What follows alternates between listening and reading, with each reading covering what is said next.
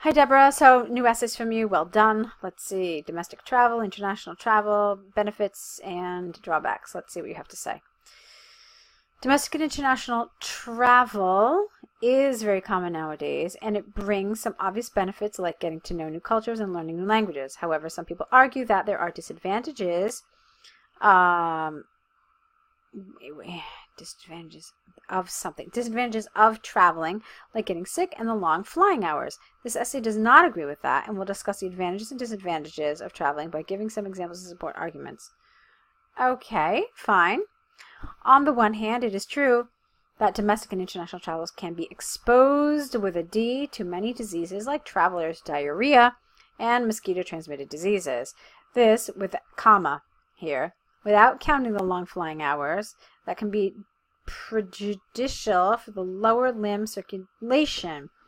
Okay, I don't know if this is the word you want. I really have to think about it, but I have some concerns about it.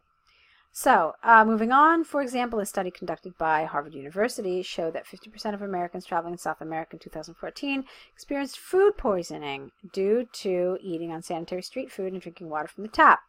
And 30% got infected with dengue fever, a mosquito-transmitted disease. Therefore, it is necessary to take certain precautions while traveling, especially if this travel is in a foreign country. Let's see. Okay, so disease is the negative. Fine.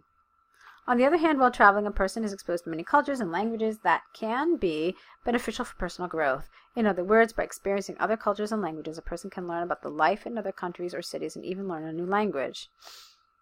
Okay. For instance, a study from Deakin University showed that 70% of Australians backpacking around South American countries were more likely to learn Spanish than those attending a formal Spanish course in Australia. That's a nice example. I like that. Therefore, constant exposure to native speakers of a language can increase the chances of learning such a language. Lovely. In conclusion, there are some disadvantages to, there's some disadvantages to traveling, like mosquito-transmitted diseases and traveler's diarrhea. I think you need an apostrophe here. However, those disadvantages can be prevented with the appropriate prophylactic measures, and the advantages of learning a new language and being exposed to other cultures overcome those disadvantages. As a result, traveling brings more benefits than drawbacks. Lovely. It's well developed, it's cohesive, it has some good vocabulary, it has some nice collocations, the grammar is very, very good.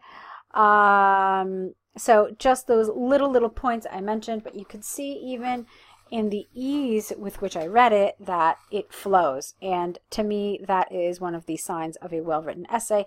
If I don't halt all the time in reading it and I just kind of flow over it, that's a very good sign.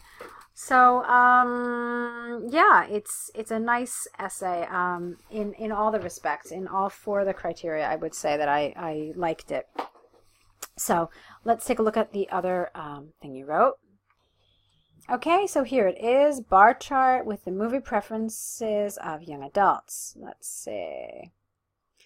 Alrighty, so the bar graph, I think it's actually a bar chart. We don't usually call it a line graph. We call it a line graph, and then we call it a bar chart, a pie chart. Yeah, so this needs to be a bar chart. So the bar chart describes the movie preferences of young male and female adults worldwide. It is clear that the preferred genre of film for both sexes is comedy, right? Okay. With 145 and 137 votes. Where am I? Oh, sorry. While the least popular one for males is romance and animation for females. Okay. Yes. All right, fine. The preferred type of movie for male and female viewers was comedy with 145 and 137 votes respectively. The second most popular genre for men was action, followed by horror film with 73 voters. The least popular films among men were drama and romantic genres with figures of 63 and 31 respectively. Really nice. Let me tell you some of the things that I liked about it.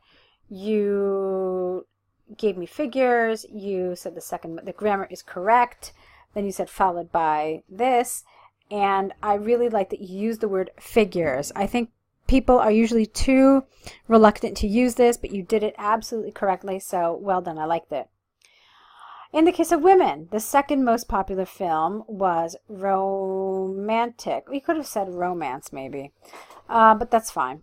followed by drama and action with 86 and 82 votes respectively. Okay, that's fine. The least popular genres for female viewers were horror and animation with figures of 64 and 54 respectively. Fine. Also, nice. Maybe it's getting a little repetitive. So you could have kind of changed up the phrasing, like this whole, the first popular, the most popular, the second popular, the least popular, because you did it then here, the second popular, the least popular. I would have liked you to change that up. It's just that it doesn't get monotonous and just get a little repetitive. So you're probably thinking, well, you know, Ellen, what could I say here? Well, I think that with your language level, you could probably try to vary it just a tiny bit. I'll let you think about some different ways that you could do it. But I think you could. Alrighty, so in conclusion, male and female viewers have different opinions with an S about what kind of film they preferred. However, both sexes prefer comedy films above any other movie genre overall. Lovely. So really, really great work with both of these essays today. I'm really happy with them and your progress. I mean, even this one, you could see that I read through it really quickly. And I didn't have to keep referring to the bar chart because I was just so certain that you were covering everything. It felt like you included all the information, and you did a really good job of it. So, well done. I'll let you get to your next essays, okay? Yeah, great work today, and I can't wait to see your next essays for us.